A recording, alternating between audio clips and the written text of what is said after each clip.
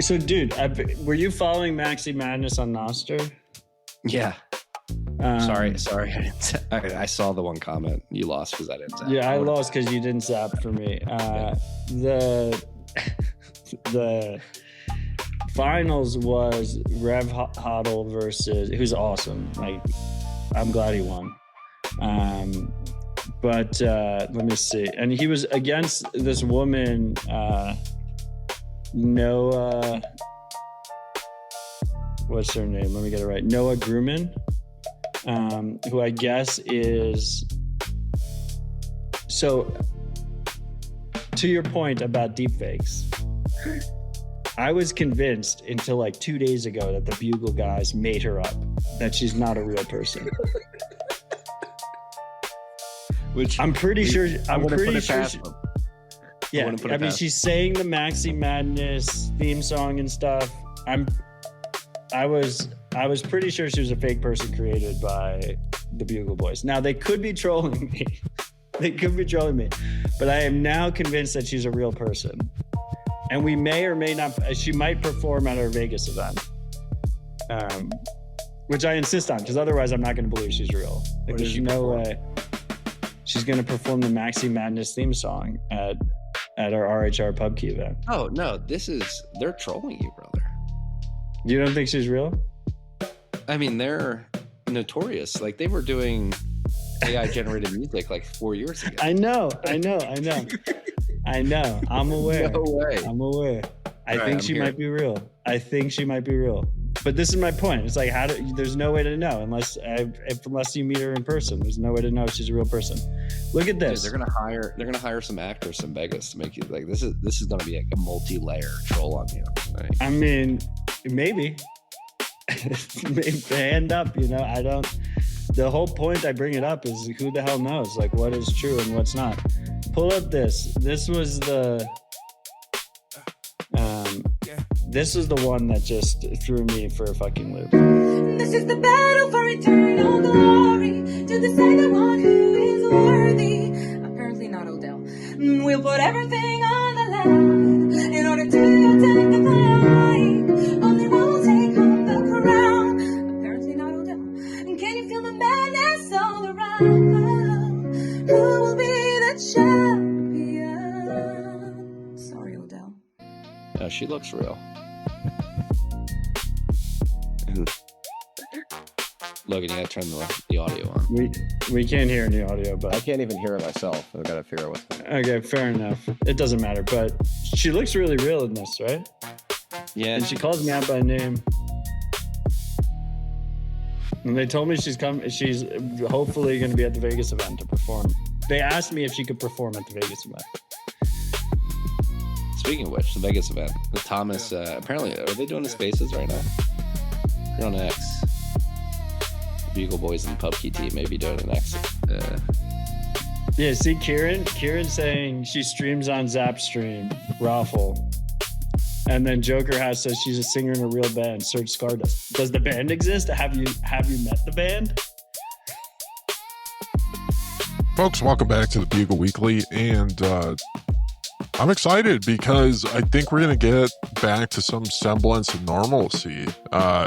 Maxi Madness is over, and Maxi Madness, for the organizers, I know a lot of the participants and just people around it, they feel like it hijacks their lives. But when you're the organizer, it's like taking a macro dose of acid, and you're just along for the ride. You're along for the duration of the ride. There's no turning back at that point. It's in your system. You just got to ride the wave, try to enjoy it.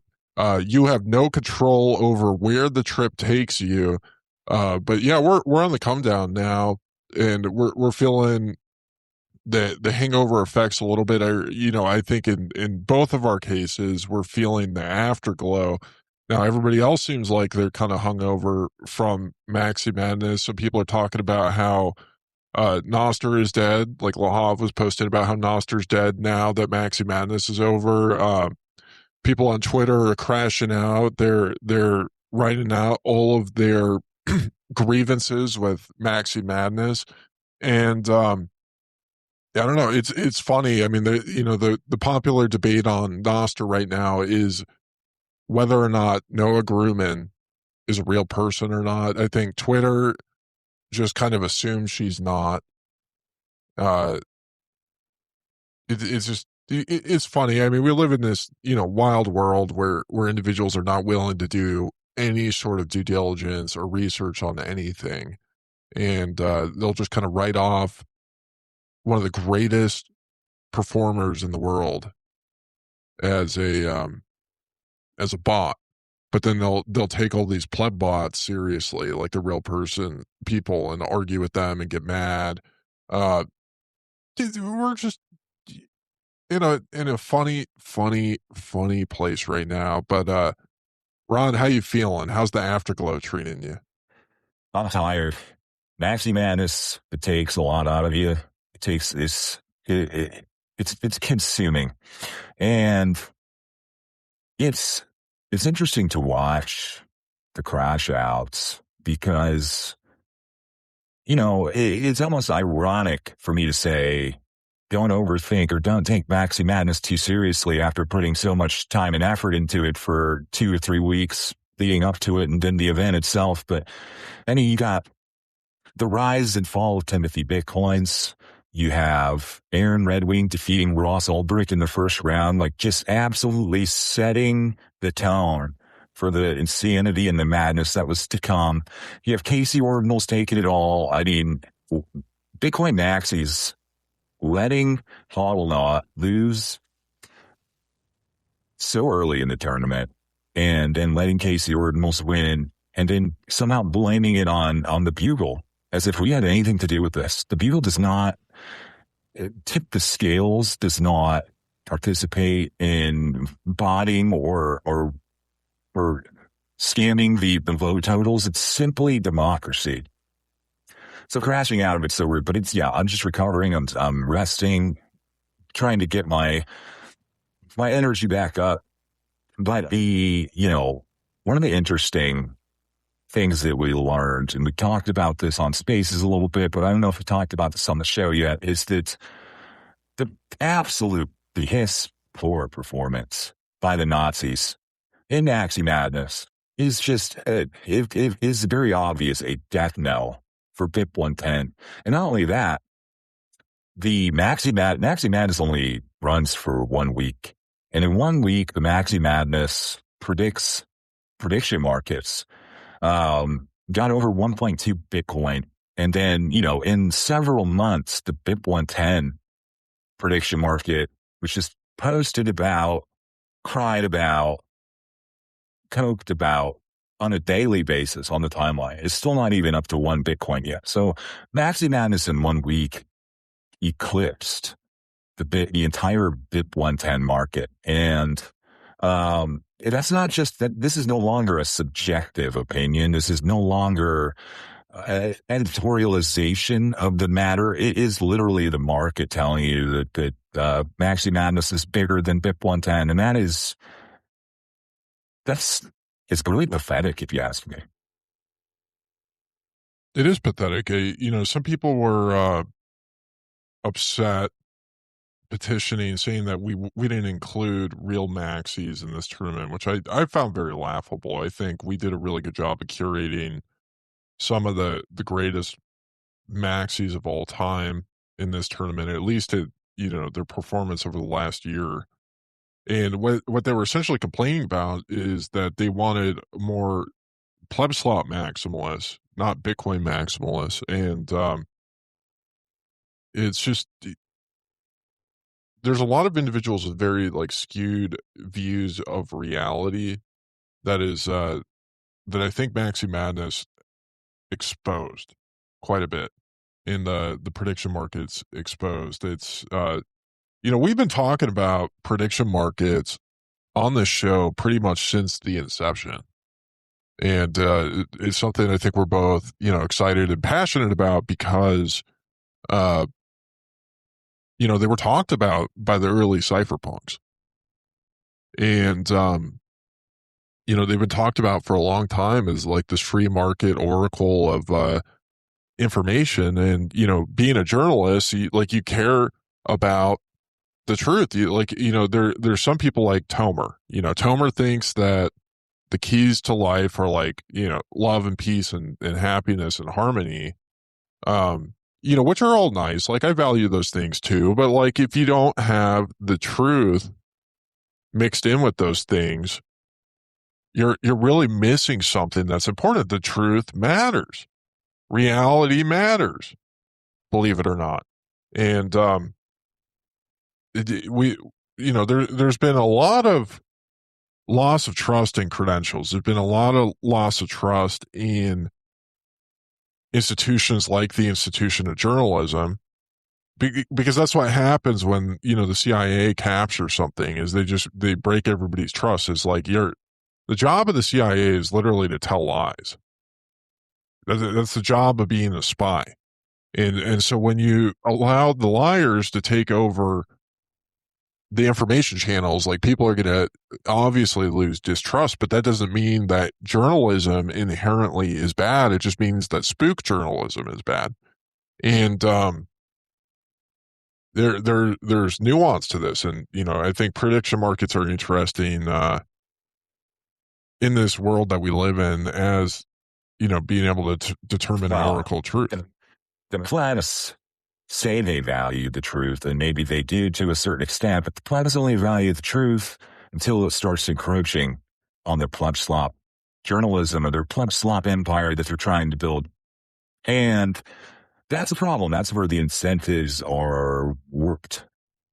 If you only value truth until the point that it threatens you, the truth threatens you, then you don't value truth. And, this is one of the problems with Tomer, his girlfriend, DJ Valerie Love. It's all about peace and love and pleb slop until something threatens their little, pleb slop echo chamber.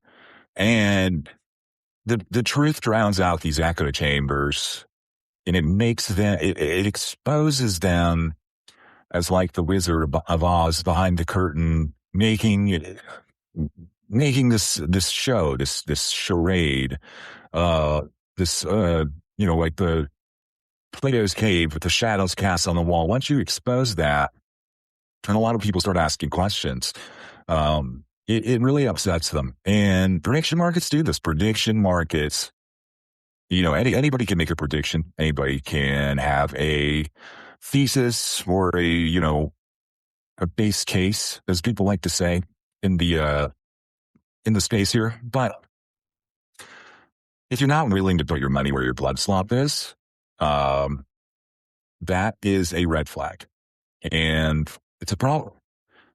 This is why I think plebs are so terrified of prediction markets.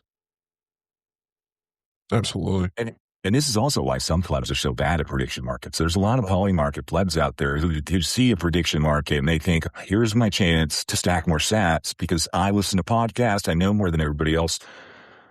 But, this is why we're going to get into these crash outs, right? And like, why are they crashing out? It's because the plebs don't understand, and we talked about this, don't understand the rules of the game that they are playing. And this is the same thing that happens in Maxi Madness. The plebs crash out because they don't understand what Maxi Madness is. And they think Maxi Madness should have an outcome that is satisfying to their little pleb feelings. And that's not how Maxi Madness works. And this leads to crash outs. Absolutely. I mean, the prediction markets and the plebs being on the prediction markets, I think is a massive opportunity for growth, because it allows them to put their pleb slop that they've been consuming to the test, and like for them to be real consequences. Like one of the consistent problems for the plebs is they have short memories, and they walk away from Bitcoin podcast just asking themselves how it made them feel at the end of the day. Like, did it make them feel good? Did it make them feel smart? Did it make them feel better? Like, hey, I just listened to Tom Luongo spout off about complete and utter bullshit on Marty's podcast, but like it makes me feel like I'm smarter. So I can go and repeat the pleb slop that I heard Tom Luongo say to my family, and their heads are going to spin because they're going to have no idea what I'm talking about. I'm going to feel like smart and sophisticated. But, if they then take that misinformation or just poor information and bet on it and are wrong consistently over and over, they might learn the lesson that they shouldn't listen to Tom Luongo on his opinions on things, that he's not the best. But like what you're seeing happening right now is there's a contingency of plebs that are trying to become influencers. And for years, why did the plebs start calling themselves plebs and start bragging about being plebs? Because they were proud of not being influencers. And so, for years and years, they criticized the influencers. They made fun of them. And, they're coming to this hard realization of how hard it is to be an influencer. Like, it takes a lot of work to be an influencer, and it's hard to be in the public spotlight at the center of the ring of the circus with all the plebs standing around, like, judging you for your circus performance. And it's I have hope for these plebs trying to become influencers, that they'll learn some lessons and they'll grow and they'll get better at it. But right now we're at this very strange transition point where they're being plebs, like, fully, and they're influencing very, very poorly, and it's very comical to read the slop and the garbage that they're spewing right now. Well, hey, that's the irony, right? The crash out, part of the crash outs is because plebs, their entire culture, their entire identity is anti-influencer. But they've never been more grumpy about the lack of influence that they have. It's like, if you want to be a retarded pleb, that is a choice. That is an identity choice. It's not illegal. There's nothing illegal about being a pleb. But understand who you are. Get through the cognitive dissonance, because plebs are not influential. Nobody is influenced by a pleb. A pleb is an anti-influencer. Nobody looks at a pleb and says, I want what they have. I want to be like them. They think, wow, I'm glad I'm not them. So it should not be surprising if you are a pleb and people are like, I don't want to do and had anything to do with what these guys are doing. From an outside looking in, these guys are retarded. And I don't want to be retarded. And if you want to embrace that, there's some people who embrace that and they're not at all grumpy about the lack of influence they have. Like Peter Bob. Peter Bob has no influence and he doesn't care. He's just riling people up. But there's a lot of plebs who they really freak out about having zero influence, but that comes with the territory. It's like Predator. He gets so mad about people marketing on his social marketing platform. That's the whole reason Twitter exists, is to market your brand, market your company, market yourself, whatever it is. So when Predator gets grumpy, crashes out about people doing that, it's like the whole purpose of this platform is marketing. The whole purpose of being a pleb is to not have any influence. It's kind of like getting mad at people for driving on the highway. Yeah, like getting mad at traffic, right? Why are all these people driving on this road? Well, that's what roads are for, my friend. The roads are coming in and out of the city, just like what you're doing on the road. Well, you're a part of this bigger system. And to get upset about it is just, don't get me wrong, traffic is frustrating, but having enough self-awareness to realize that you are the traffic is, this is another part of the plebs.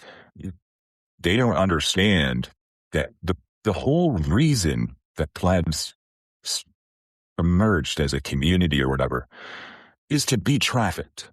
They were just could traffic trinkets to them. Other companies could traffic the plebs to make it seem like this brand or this movement was a larger thing than it really was.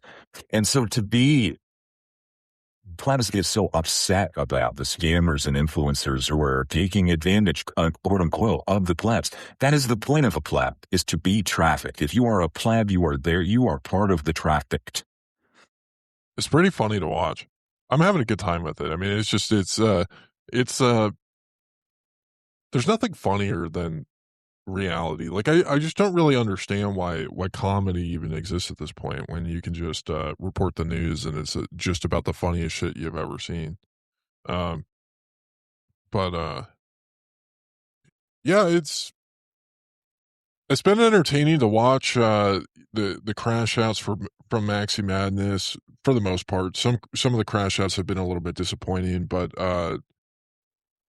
Noster, there were some crash outs, but it was fairly tame. It was just like, the competition got heated because there was a lot of money on the predicts market. So, people were passionate about, the results in the polls, and that's okay. Now the Twitter crash outs have been very funny because they don't think that Casey and Aaron are maximalists. And I think what we really saw happen this year was a shift in the Overton window that has some people very grumpy and uncomfortable. And instead of, this is like, like watching the libs when lose their shit when Trump got selected the first time in 2016. Instead of asking why this happened, they just lost their minds and were reading. And we're seeing the same exact behavior on Twitter, from like a lot of these guys. So I think it's an important question to ask. Why did this happen, Rod? Why did Casey and Aaron win Maxi Madness this year? The plan is crashing out. They're saying that Aaron and Casey are not maximalists. Again, this goes back to the plebs not even understanding the own terminology that they use. They think that being a maximalist is the equivalent, or is like saying that you're a retarded pleb. No, that's not what maximalism is about. Being Bitcoin only, like being Bitcoin. That's the only thing you care about. It's the only thing you build on. It's the only thing you buy or trade. That's the only thing you podcast about. It has nothing to do with being a retarded pleb, or eating steak every day, or, being a taco pleb, or whatever pleb universe you're in. It's about Bitcoin. And Aaron and Casey are Bitcoin maximals. They've always been Bitcoin maximals. Maybe in early 2020 or something, Aaron, when she was first getting into it, she, like Nifty, maybe she was miming some Chia or something. But that most of the plebs who were crashing out were also doing that in 2020 and 2021. So like that doesn't really count like in the contemporary era. So it's like, again, these plebs are retarded. They don't even know the own words that they're using. So you go back, what was the question you originally asked? Because well, the question is, why did Aaron and Casey win Maxi Madness this year instead of they won because they are hot, because they were happy to be there, because they understood the rules of Maxi Madness and they played the rules of Maxi Madness very well. I mean, probably played it as good as anybody other than Teddy Bitcoins. Now, Teddy Bitcoins absolutely ran through Maxi Madness. And like, I don't think we're ever going to see, it's like the 1996 Chicago Bulls, just completely unmatched. But there's no competition that could ever come close to what Teddy Bitcoins did. But outside of Teddy Bitcoins, nobody's played this game better than Aaron and Casey did. Because they knew the rules. They understood the rules. They understood the tournament that they were a part of, and they played it very, very well. And they outclassed everybody they faced. They outclassed the plebs by a wide margin, and that's why they won. And if Hodl not If the Plebs weren't involved enough to win, they should have voted for him. They should have rallied support. They should have lobbied and campaigned for him. Because that's all Aaron and Casey did. They didn't use bots. They simply took it seriously and left it on the court. And that's how you win. There is no secret sauce to this. There's no, you have to know the underground or black market bot websites. No, that's not how you win Maxi Madness. You just have to play the game. And the Plebs don't. The Plebs can't play the game because they don't know what the rules are. And they don't, like you said earlier, they don't even take 5 minutes to research anything. They just, if they cannot map their Plebs slot mental models to a new phenomena instantly, they just crash out. They don't even try to understand. Yeah, I mean, one of the consistent questions I've asked a lot of these grumpy plebs is, why didn't you vote harder? You know, we saw this almost universally across the board is, you know, they're heroes. They didn't want to show up and compete. And, you know, whether you like it or not, Maxi Madness is a incredible reflection of Bitcoin culture and the Bitcoin ecosystem. And I think we do a really good job of that, of selecting a lot of individuals that are very active, that, you know, have accomplished a lot, that are interesting, that are intelligent, and just like a wide variety of people. And they all go up against each other, you know, and compete, and people vote for them. And, you know, if anything, so, I mean, this was funny last year because what was Maxi Madness last year? It was signaling that Swan didn't matter anymore.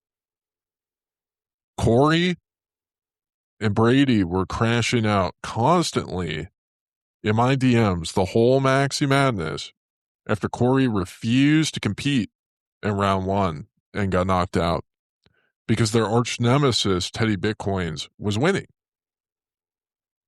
And, you know, my response was, you could compete. If you want to be a part of Bitcoin culture, you can't just sit there and rest on your credentials and cry when other people beat you, you know, at the game that's being played. And I think this year, with Casey and Aaron winning, it was my takeaway from it is that it's just not that compelling to cry and be grumpy all the time. That's just not, that's not what gets voters excited for you. That's not what gets the ecosystem. This is why Democrats lost in 2024. All they want to do is crash out and cry about Trump this, Trump is a Nazi, Trump is racist, Trump is a convicted felon, Trump is this, Trump is that. Trump fails their purity test. Okay, we get it. A politician failed your purity test, and so you're going to cry about it. But the politician who wanted to compete, and came out and had something to say, had something to offer to the voters. More than just, hey, I'm going to cry about this with you. Let's cry about this together. People don't wake up in the morning and say, I got my checklist of things I have to do today. I have to go to work. I have to go to the gym. I have to sit in traffic. I have to call my mother-in-law. I have to have an argument with my neighbor Dale. And then I have to go to the polls to vote for the politician who's crying about the same shit I'm crying about. No, they're going to the polls to vote for somebody who's going to offer them something for free. Doesn't matter what that is. Casey came out. He looked hot. He smiled and he said, listen, if you vote for me, I'm going to turn on the turbo flag. And people said, free turbo flag. I'm voting for the free turbo flag. What did anybody else offer? They offered nothing more except for pleb slop conspiracy theories, pleb slop pity parties. People are not going to go vote after nearly getting into a fatal confrontation with their neighbor Dale over the who's mowing the lawn on a frequent enough basis. No, it's just, they don't know how to sell their own culture because, and I think deep down, they don't even believe in their own culture. What is there to believe in pleb slop culture? There's nothing to believe in. None of those people are happy. Nobody in the pleb slop pity party is happy. They're all miserable. They're all pissed off. They all hate each other and they hate everybody else. And they can't even sell. They can't even sell why anybody should care about them. All they can do is cry about the fact that nobody does care about them. Yeah, I mean, one of the ways that you could have, or in the Node region, for example, the Nazis could have countered a lot of these other people is they could have just been out there and said, hey, we're actually going to get BIP 110 activated. Vote for us, show us your support, show your support for BIP 110, and then you'll win your bets on predicts. Like that could have totally countered the narrative around the turbo flag. But yeah, it's funny because they truly are miserable people because they all they do is fucking bitch. They're so hyper focused with just like bitching about what everybody else is doing and being the pleb slot police. And there's bitching very little about Cordevs having sex. They're Yep. bitching about Casey and Aaron being hot, which means they think that they're probably having sex. Casey's an incel, just like the plebs. And they don't even take time to realize that. Yeah.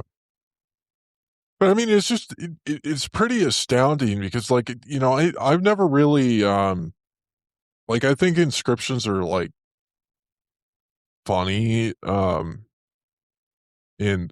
relatively uninteresting, because like I've talked to these people, like when we went to spamming Vegas, which was a great experience. Like I love Aaron and Casey. Like I think they're some of the best Bitcoin podcasters in existence right now. They're very, engaging and interesting to listen to. They're very intelligent. They're great orators. Like they're just very entertaining to listen to, their banter back and forth. And I think a lot of people can just learn from their communication strategies by listening to their podcast, even if you don't like, the ideas that they present or who they are. I think they're the best at the game right now. But like, I've talked to these ordinals people and we live on very different planets.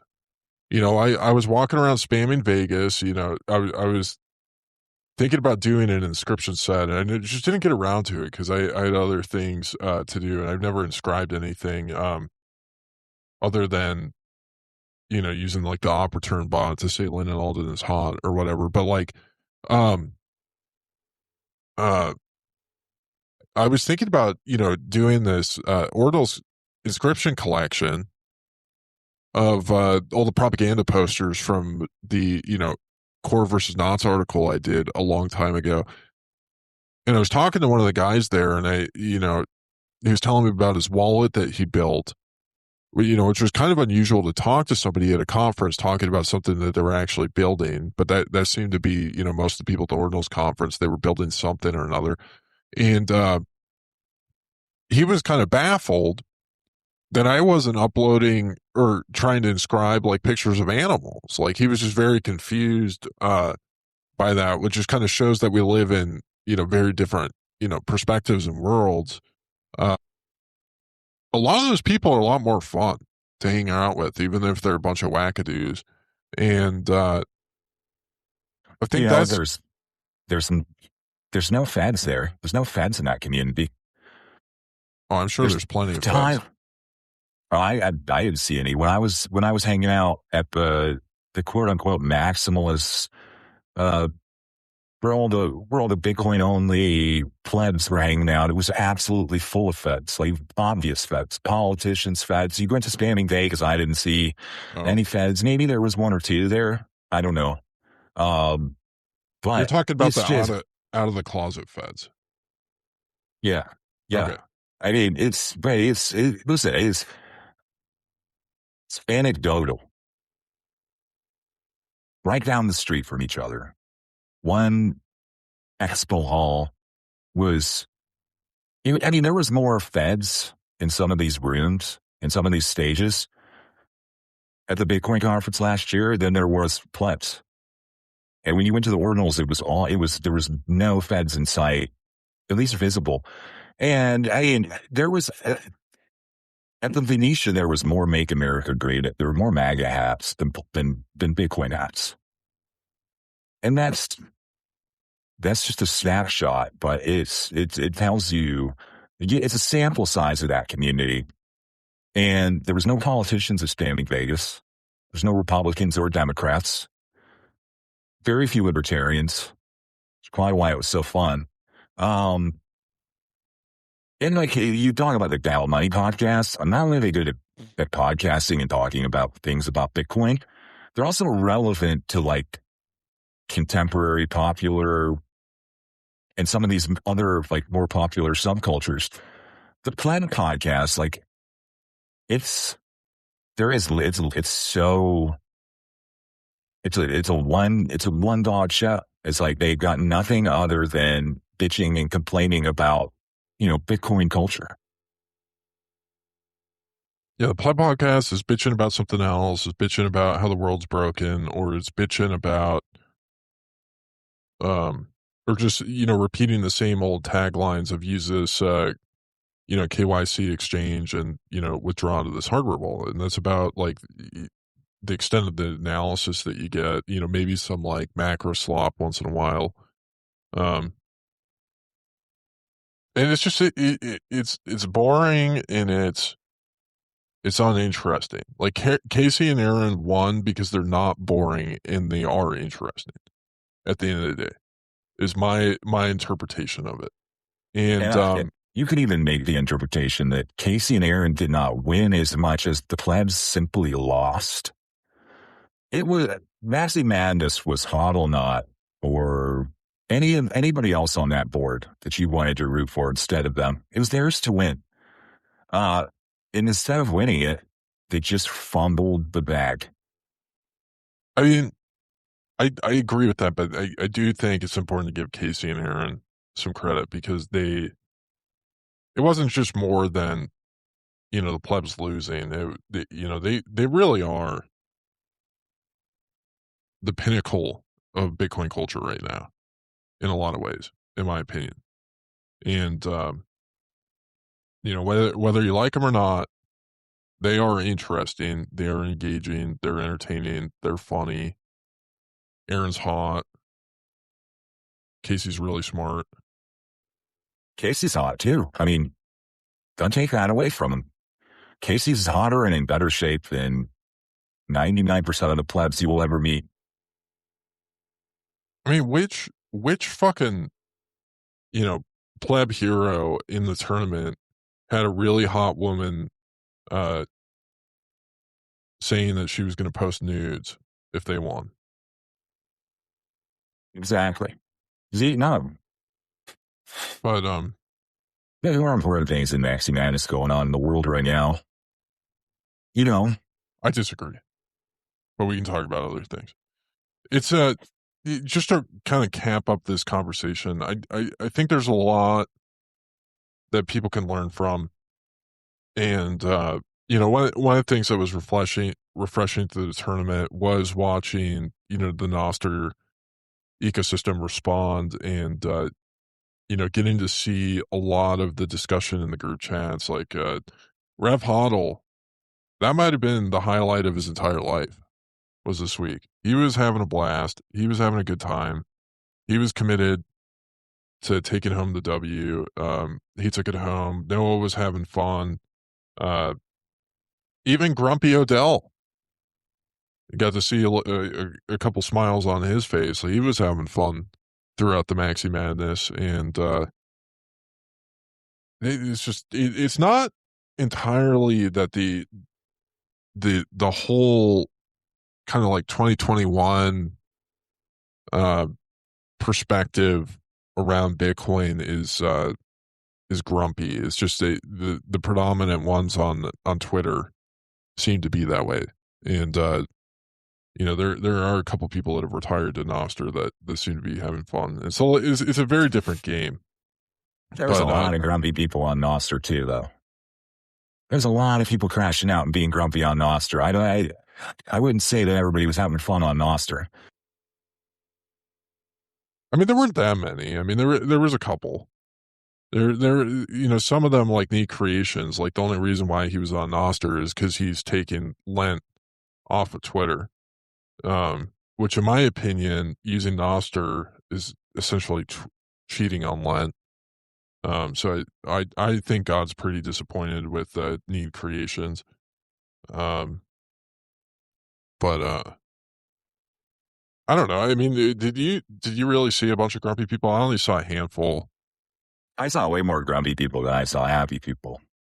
When I logged in, it was just like, what's this Maxi Madness? This is the most annoying, scammy thing I've ever seen in my life. And, I saw some people having fun. Absolutely, there's a lot of people having fun. But it was, when I logged in, I was like, well, what are these guys crashing out about? And they just, I mean, Maxi Madness, if you're on X, if you're on Twitter, you probably at this point have seen it coming, but this was the first year that it was on Nostr. These guys had no idea what was coming. And it was really, I think, overwhelming for some people. They were definitely crashing out. I saw a lot of people crashing out about it. Well, I understand how it could be a little bit overstimulating for people that are used to scrolling through the timeline and not seeing really much of anything. But like, right. And all it was of a just sudden, a lot of new posts, a lot of people having a good time, doing more than just saying good morning to each other and then not seeing any new posts for 24 hours. But yeah, it was a lot. I mean, a huge part of the way that I think a lot of us interact with these social platforms is using group chats as well as kind of like an extension to interface with them, of people sharing posts, discussing, what they're seeing, shaping a broader perspective outside of the algorithm. And I saw so many people having fun in the group chats. I got so many messages, for people that were telling me that they signed up to Predicts and like what their bets looked like. And, what good friend of the show, told me that they won like 120 sats or something like that and felt really accomplished with themselves, for betting on Rev Hodl. Like it was generational wealth. Yeah, generational wealth. And it was mostly the Meshdadal guys. It was mostly the people that were real good friends of Rev Hodl that are, just true pioneers. I mean, they're definitely like, I don't really consider Michael Dunsworth a person, at this point, because it's like he's got the equivalent of Trump derangement syndrome. So I guess I don't really count his crash out as a real crash out, because it's just like, when somebody tells you that Americans want to be Australians, you're not a real person at that point. You have just detached from reality. Objectively an NPC. Like maybe that's why I just didn't really think much of the crash outs, because it was I don't know. I saw a lot of positivity. I saw a lot of people having fun. It was just minus like, a couple goofballs that there's like one guy that lost his Predicts bet and he was a little bit grumpy, but yeah, I don't know. It's like, all right, well, guys, I gotta say, I'm glad that Maxi Madness is over. I think we're probably going to do like one more episode discussing it. We're going to interview Rev Hodl, the winner. But I think we're moving on to other things. The next big thing on our horizon is going to be Las Vegas. Are you ready for Vegas? Are you ready for the Sodom and Gomorrah of the PodConf Super Bowl? Rod? Fine. As ready as I'll ever be. You can never be ready for... It's going to be a Plebs slot panacea. I think the only way that this could be crazier would be if Bitcoin was at 100K, but is going to be out of this world, I think. But I'm looking forward to it. I'm looking forward to doing something with Pop T, doing something with Matt and Marty. It's going to be fun. There'll be more details about that, but stay tuned. But if you're going to be there, just make sure you get your tickets.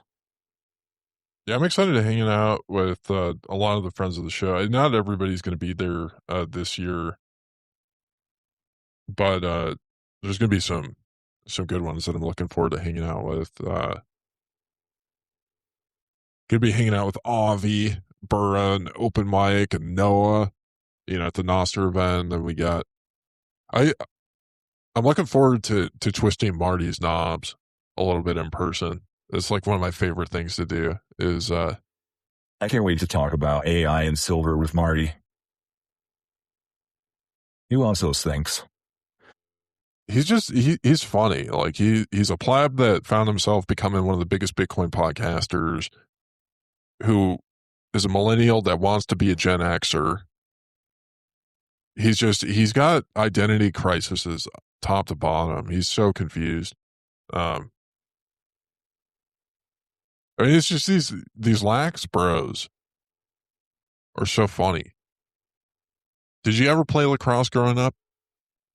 No, I was a humble pleb growing up. I was not a rich elitist. That's like, lacrosse is for kids who grew up with the silver spoon in their mouth. And that's maybe why Marty likes silver so much. He grew up with the silver spoon in his mouth. It makes sense. It's the kids that grew up with Sperry's on their feet, wearing Virginia vines. We all know Marty was that way. Yeah, we got it. I think that's pretty much it for us in Vegas. I mean, there's a couple events that we're going to be going to. Probably be going to some parties. It's just hit us up if you're going and you want to get together with us. I might do a smoking meetup. My keynote speech is going to be in the parking lot smoking area. Really grateful for Bitcoin Magazine for giving me a keynote slot. Might as well have like a smoky meetup before or after out there. Yeah, well, we get closer to the event, we'll have more idea of what's going on, what days. We'll be in touch. You'll be able to find us, figure it out, or if you're like Shadrach, we'll find you and you'll somehow already have swag that we haven't even created yet. You're already wearing it. That was still one of the funniest situations ever. Like, Shadrach found us. I don't know how he did it. That was pretty wild. Shadrach offered you a cigarette before you even had the chance to introduce yourself. Well, he walked up to me with a hat that said credential journalist on it. Like I mean, if he could figure out who we are without having ever met either of us, I guess that does make him a good candidate for credential journalist. It was pretty wild. But if it was literally anybody else, I would have suspected him as a Fed. But Shadrach he's not a Fed. Shadrach is the best. Yeah, we had a fun night with him that night. That was yeah, we took Shadrach to the Triple Elite Memes Bitcoin Fight Club event, the underground Bitcoin Fight Club, where Need Creations got his ass kicked by somebody from 10. It was crazy. I don't think you're supposed to talk about it, the outcome. It's like one of the rules of TM Fight Club, but we met Mars there. Neat Creations did a good job. I wouldn't say he stood his ground. It's like, for those who've never fought in a ring before, just got to give props where props are due. Let's put it this way. Neat Creations is the only pleb on my time limit I see on a regular basis. I would have gotten that octagon and fought, and he did it. Everybody else talks shit and then, blocks or mutes when people say, hey, sign the waiver. Yeah, you don't see Shinobi out there fighting in the... I wonder if they're going to do another one or not, but I don't know. I'm pretty excited. I'm very excited. Like the PodConf Super Bowl is just so much fun. It has always been the highlight my year. Like last year, spamming Vegas, hanging out with Aaron, running around with fundamentals. Yeah, there was a lot of things that were pretty entertaining last year. Smoking cigarettes, listening to the Satoshi Nakamoto. They were actually pretty good. I figured that Satoshi Nakamoto would just be pure unadulterated pleb slot music, but like it was, they had some pretty talented musicians in it, and I was impressed. Like Nico's wife Sophie is a very talented singer from Simply Bitcoin. She blew me away. She's the most talented person at Simply Bitcoin, for sure. I agree. But yeah, so, the war's going on there. People are still kind of discussing whether they think Bibi's dead or not. If it is confirmed that Bibi's dead, do you think the war stops? Like Trump doesn't have to worry about getting killed anymore? Or what do you think? Bibi's talking about like annexing all of South Lebanon, and like they're like extending their defense posture or whatever, getting ready to invade. I don't see any Navy. Maybe I've just been busy with Maxi Madness, but I don't see too many people talking about Bibi being dead anymore. He sounds like he's leading an invasion of the IDF into South Lebanon. Him personally? He's going like fully Lindsey Graham front lines, Peter Todd style? That's possible. I don't know if he's going to be on the front lines, or he might be like behind. He's going to be using some Israeli plebs as cannon fodder, because that's what plebs are for. So as long as they have some plebs as cannon fodder, they're going to use them. But if they run a cannon fodder, it could be Bibi on the front lines. I mean, having 6 fingers is a huge benefit to being on the front lines, because you have your trigger finger plus more. You have extra grip for aim. You can also smoke a cigarette more easily if you have 6 fingers. So yeah, I would watch out. You do not want. I mean, if you know anything about Bibi, like he may be old now, but motherfucker is a war hero. Him and Ehud Barak, one of the other former prime ministers, those dudes have killed a lot of Muslim plebs, and they're not done, let me tell you. Yeah, I mean, I guess what's so different about the war in Israel is, when you're sitting in Tel Aviv, that's essentially like the front lines, right? Just because of proximity, because the country's so small. Like you're getting hit by hypersonic missiles on your flank while you're trying to fight a Hezbollah in front of you, and you haven't even left your front porch.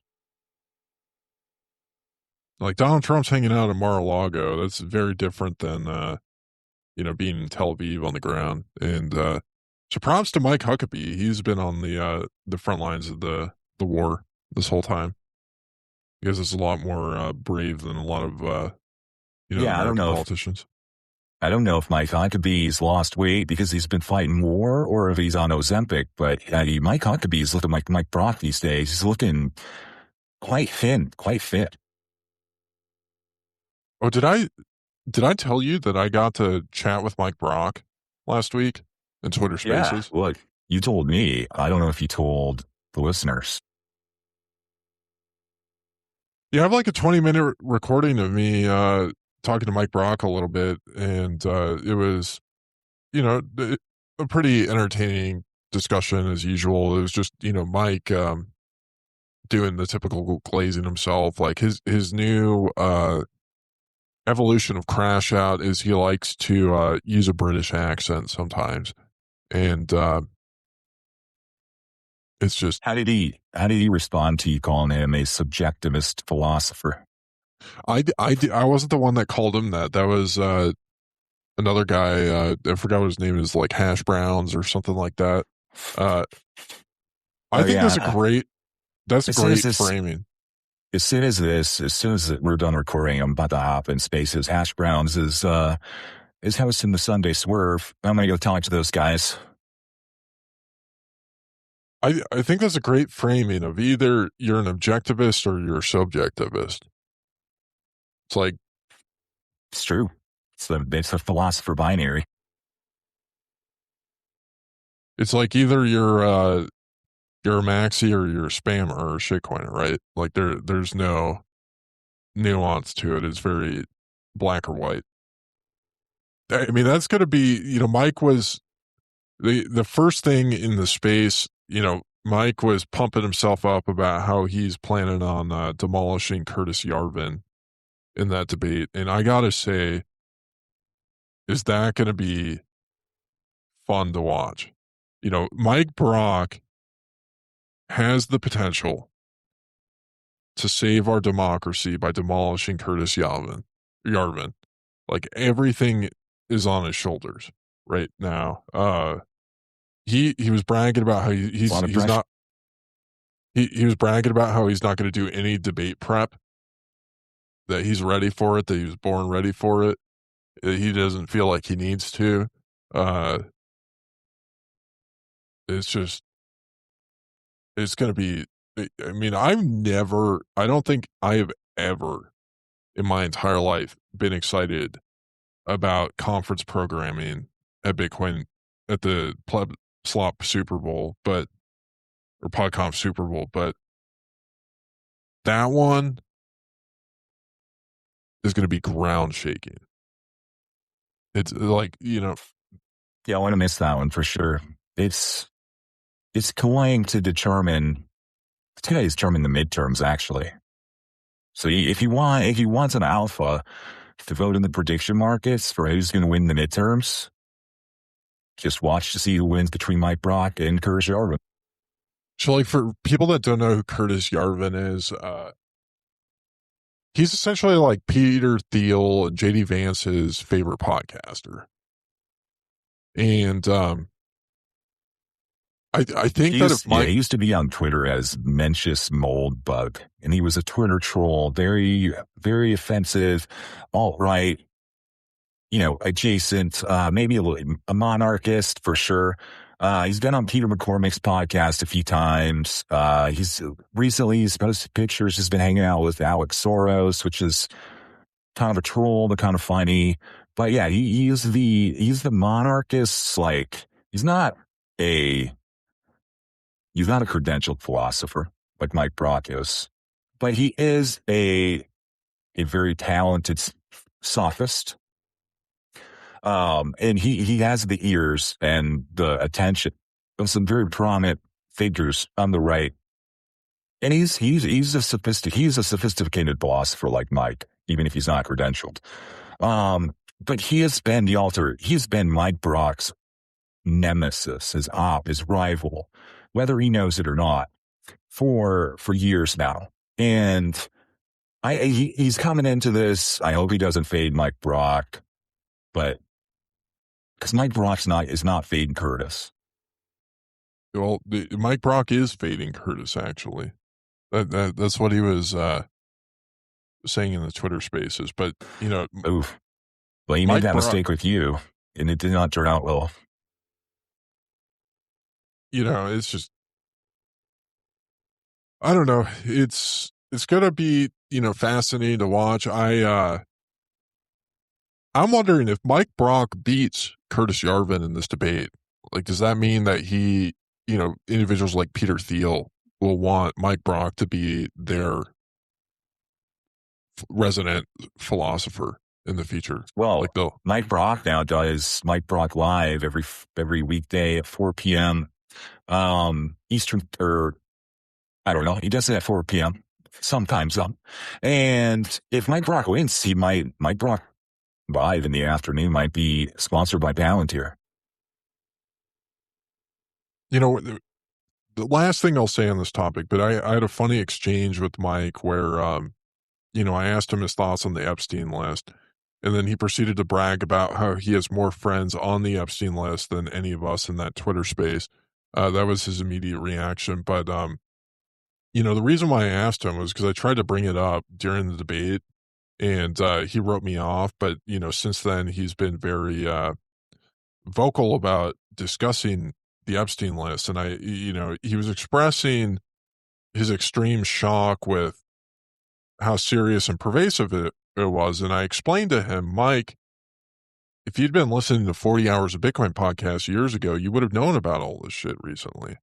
And he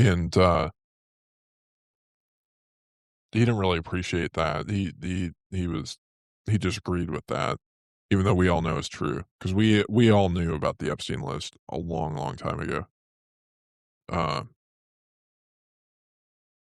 Yeah. And I learned that he drives a McLaren. Or, well, he doesn't drive it, but he has a McLaren. That was... Yeah, does that mean he doesn't drive it? He said he hasn't driven it for a long time because a McLaren is not really like a daily driver. Right. Yeah. It's like something you take out to the track. He said he hasn't had time to go to the track because he's too busy, podcasting in order to save our democracy. Writing a lot of essays for sure. I mean, that's some sacrifice if I've ever heard of sacrifice, not driving your McLaren to podcast and save our democracy. Well, folks, I guess one of the final topics I wanted to talk about is just, Bitcoin's role in protecting our American financial privilege. And, I was talking with this interesting guy, that I've sort of made friends with on Twitter in the last couple of years. His name's Bam. He's a Syrian guy. He has the biggest Arabic-speaking Bitcoin publication in the world. Very intelligent guy. And, one of the things that he was talking about is about how American culture drives Bitcoin culture. And, one of the things I explained to him on the Twitter space is the reason why is because as Americans, we truly value our financial privilege. Other people around the world, they don't really value it. There's lots of people that are talking about like Nigerian Bitcoin adoption, these countries that have extreme hyperinflation, where it should be pretty obvious that they should be using Bitcoin, but, they don't really do it. They just don't value their financial privilege very much. Like, it's just not something that's very important to them because they've never experienced it before. But here in the United States, we value our financial privilege. And I think that's why Donald Trump continues to say nice things about Bitcoin, even though he keeps on doing things that make the price go down. Yeah. It's, Bitcoin was invented by Jeffrey Epstein to protect Western financial privilege. And I think just because we disagree with some of Jeffrey Epstein's political opinions doesn't mean that we should fade this generational opportunity to protect our Western privilege. I mean, Western financial privilege is built on Bitcoin and trafficking. And you can't, just because you disagree with it doesn't mean that some of those things doesn't mean you will let your privilege slip through your fingers. I don't think that Jeffrey Epstein created Bitcoin. And I don't appreciate you citing Aaron Day as a legitimate source on this podcast, Ron. We all know that it's Peter Todd. Well, Peter Todd wrote C++, I think, for sure. But he was, Peter Todd, when he wrote C++, he was like 14, 15 years old. Who was he doing it for? He was being trafficked by Jeffrey Epstein.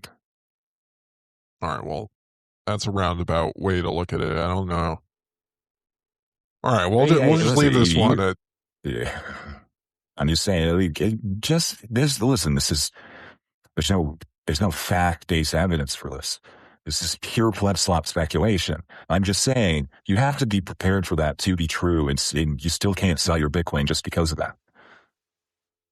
I'm going to have Rudy Dazzleworth come after you if you keep on performing this pleb slop journalism. You're gonna win a pleb slop Pulitzer, Rod. I'll put it in my trophy case. Well, you got any other things you want to discuss before we go to the Fallon boost? Now let's get to the boosts. Just gotta say, I think the last episode that we did was around the 2-year anniversary of this show. So we've been around for 2 years, folks. It's been an incredible journey. It's been fun. Thank you for joining the ride with us. I didn't read our subscribers last week, which I'll make sure to do this week because found it wasn't working. But it hasn't changed in like 7 months. I think you could just record that and just play the recording over and over each week. Well, I like to re-record to keep it fresh. But yeah, it just takes a second. But first boost, late stage huddle, 6,006 sats. Maxi Madness is greater than Sports Ball Madness. Yeah, I'm in like a group chat with my family. They keep on talking about the Sports Ball Madness, and I have no idea what's going on. Have you been watching it at all? What's going on with the Fiat Madness? Oh, yeah. It's great. I love March Madness. March Madness is great. Some really good teams going to the Final Four. If you're a Big Ten fan, it's about to be, looks like possibly 3 Big Ten teams. So big year for them. Who's in it? I assume, I keep on seeing these texts about Arizona. Illinois, Arizona, Michigan is walloping Tennessee right now. So, this should be them. And then the winner of Duke versus UConn. What round are they on? This is in the Elite Eight. So, okay. There's one game left after this Michigan-Tennessee game, and it'll be Duke versus UConn. And then the Final Four will be Illinois, Arizona, Michigan, and Duke or UConn. Huh. I'm surprised the University of Phoenix online isn't represented in the Elite Eight. They were pretty good at basketball when you went there, right? Oh, yeah, they were incredible. Absolutely dominated the local YMCA teams. Bitcoin University definitely wasn't invited. Do you think Bitcoin University could even get invited to the NIT? No chance. They're not getting invited to anything. 5,000 sats from Sasha Hodder. Congrats on a great Maxi Madness. Thank you, Sasha. Listen, the way Sasha's up and comer, I would look for Sasha in the hot bracket region next year as a potential new blend. There's going to be a lot of retired Maxis, retired for Maxi Madness next year, I think, and it's going to make room for some fresh blood like Sasha. So thank you for the boost, Sasha. Thank you for the boost. Next boost, 4,242 sats says, Pleb eat Anon. Do you think the Iranians are giant Steppenwolf fans? Yeah, I assume that they're probably listening to Magic Carpet Ride when they're flying around chasing the fighter jets. Absolutely. Next boost, over Mike, 3,333 sats. Maxi Madness equals a Zap bull market. Yes, we got 2.8 million sats boosted in Maxi Madness this year. That was incredible. Thanks for everybody who participated. Definitely a Zap bull market sign. That's what it's trending. Yeah, it's I think we set the all-time record, for like a single user getting zaps on that platform at one time in a week. Like at one point, just in one end of the polls, the final between Odell and Rev Hodl, there was 1 million sats on that single poll. There was a wide range in values on all of the different polls. It's just kind of funny to watch. Like, some people, there was only like, there'd be like 20 votes on it or something, but it'd be like 2,000 sats to like 100 sats or something like that. But, what was just crazy is 1.2 Bitcoin traded on the predix markets. Like, people are willing to throw around their Bitcoin. It's just about finding creative ways to extract it. We're always looking for new ways to extract Bitcoin from you guys. Thank you for the boost, Open Mike. Nope, 757 sats says awesome job with Maxi Madness. The crash outs were 100. Yeah, they were pretty entertaining. They're going to keep on coming in. They're slow rolling the crash outs right now. 521 sats from Doom Satoshi. Thank you for your time. No, thank you. Silas Thornbrook had a fun week. I saw Silas posting everywhere. 121 sats. Bugle Maxim with a bunch of bugle emojis. 121 sats from Pies. Bunch of emojis, including steak and mushrooms and flexing. And glad to see Pies is back in the boosts on a weekly basis. Glad to see Pies is not deported. Pies didn't crash out because of Maxi Madness, as far as I could tell. Noster Gang, 100 sats. LFG. What's it stand for? Let's fucking go. Life Fun Games. All right, let's fucking go. Yeah. Noster Gang. Thank you. DGC on board, 100 sats. Loving the crash outs. I'm glad people are loving it. The crash outs are the best part for some people. And I can't disagree. You know, my grandmother told me never to chuckle at other people's misery. But what can you do when people are crashing out on the internet but chuckle at their misery? I'm sorry, Grandma. Can't help it. Folks, wait, we got one more. ZUYOXI 40 HPW 100 cents says Maxi Madness this year is about bad UX and being responsible. Absolutely. On Noster for sure. Absolutely.